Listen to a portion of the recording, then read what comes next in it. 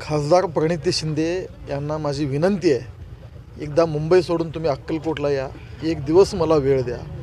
किती कामं मंजूर झाले, किती कामं सुरू झाले ह्याची एकदा मी स्वतः त्यांना घेऊन फिरतो. काय होतं, प्रणितीताईंची अडचण आहे, ते मुंबईत राहत असल्यामुळं मतदारसंघातलं डेव्हलपमेंट त्यांना माहिती आहे. ते निवडणुकीला येणं आणि काहीतरी भाषण करायचं म्हणून केले असतील. मला तुमच्याद्वारे त्यांना विनंती आहे, एक दिवस अक्कलकोटसाठी वेळ द्या आणि ह्या 2.5 वर्षाची कामगिरी मी समक्ष घेऊन त्यांना फिरतो.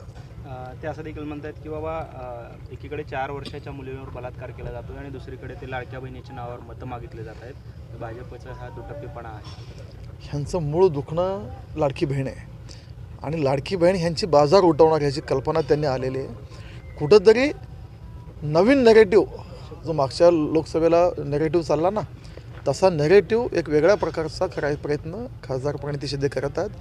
पण जनता सुज्ञ एखादा नेगेटिव्ह कुठलीही बघा पॉलिटिक्स राजकारणामध्ये एखादी नेगेटिव्ह त्याचा टाईम स्पॅन जो असतो तो खूप कमी असतो. तो थोड्या वेळासाठी लोकसभेला चालला, पण आत्ता विधानसभेसाठी सगळे नेगेटिव्ह सेट यांनी केले होते, तुटले.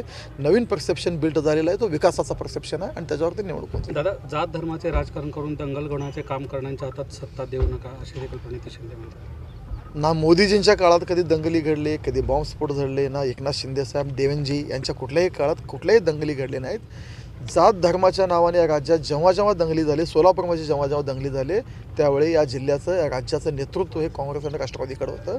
जेव्हा जेव्हा आमचं शासन प्रशासन आहे तेव्हा कधीही दंगली किंवा जातीपातीच्या नावाने कधी कुठला गोंधळ उडालेला नाही. त्यामुळे जनता सुज्ञ आहे. प्रणिती शिंदे हे बघा, निवडून येऊन विकासाच्या मुद्द्यावर ते काही सांगू शकत नाहीत, बोलू शकत नाहीत. एक गावाला 2-2 कोटीचं पत्र देऊन ठेवले, त्यातले 2 रुपये नाही आले.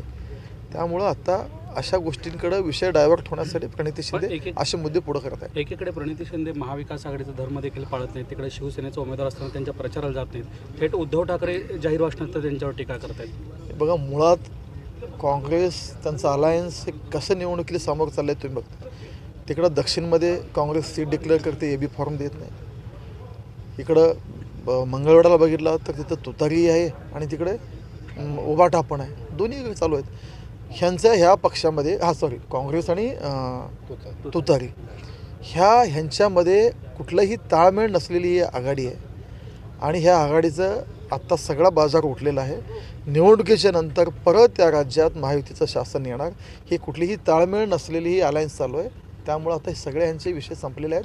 आता थोड्या दिवसात निकाल आल्यावर आपल्या सगळ्या स्पष्टता येईल. दादा, प्रचाराला अवघे काही दिवस शिल्लक राहिले आहेत. आपल्या मतदारसंघात कोणत्या मोठ्या सभा आणखी होणार आहेत का?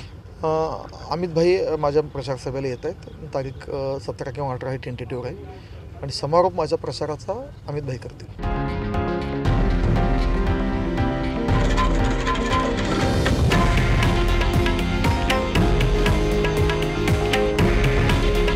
हे आहे देशातील नंबर 1 न्यूज नेटवर्क आणि आपण पाहत आहात TV9 मराठी.